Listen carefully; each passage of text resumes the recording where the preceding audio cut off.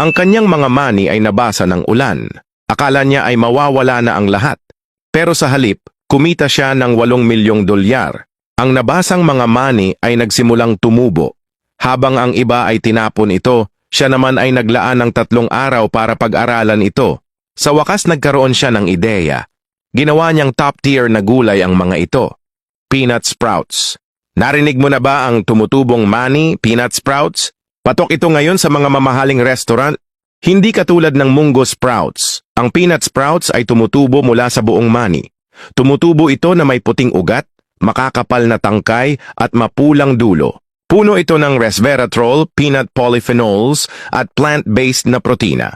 Ang pinaka-the best, malutong, mabango, at may lasa na parang pinaghalong labong at tokwa.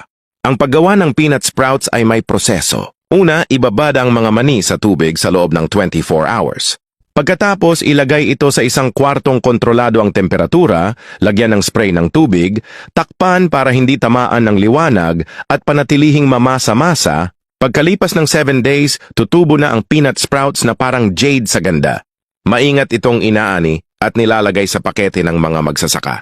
Ang 1 libra nito ay pwedeng ibenta ng hanggang 15 dolyar. Ang dating tila kapalpakan, ngayon ay pinakakumikitang sikreto ng kanyang pabrika.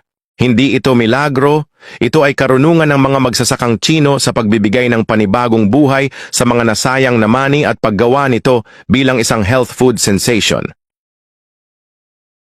Maraming dahilan, pero ang pinakapangunahing dahilan ay para mas mapaayos ang proseso ng pag-aani. Sa pamamagitan ng muling paglalagay ng ulo ng sunflower sa tangkay, natatanggal ang isang hakbang at maraming oras ang natitipid. Sa maraming lugar, kulang ang espasyo para patuyuin ang malalaking ulo ng sunflower. Ang pagbalik nito sa tangkay ay nakatutulong upang masulit ang espasyo nang hindi naaapektuhan ang proseso ng pagpapatuyo. Simple lang ang proseso. Gumawa ng pahilis na hiwa sa ibaba ng tangkay, putulin ang mas mababang bahagi at ilagay ang ulo ng bulaklak ng patagilid sa tangkay. Ibilad ito sa araw ng ilang linggo hanggang sa tuluyang matuyo. Kapag tuyo na ang ulo ng bulaklak at ang mga buto, mas madali na itong kolektahin. Ang teknik na ito ay tumutugon sa 2 problema ng sabay. Ginagawang hindi lang mas madali kundi mas epektibo ang pag-aani ng sunflower. Alam mo ba na ang simpleng tip na ito ay pwedeng magpataas ng animo sa sunflower?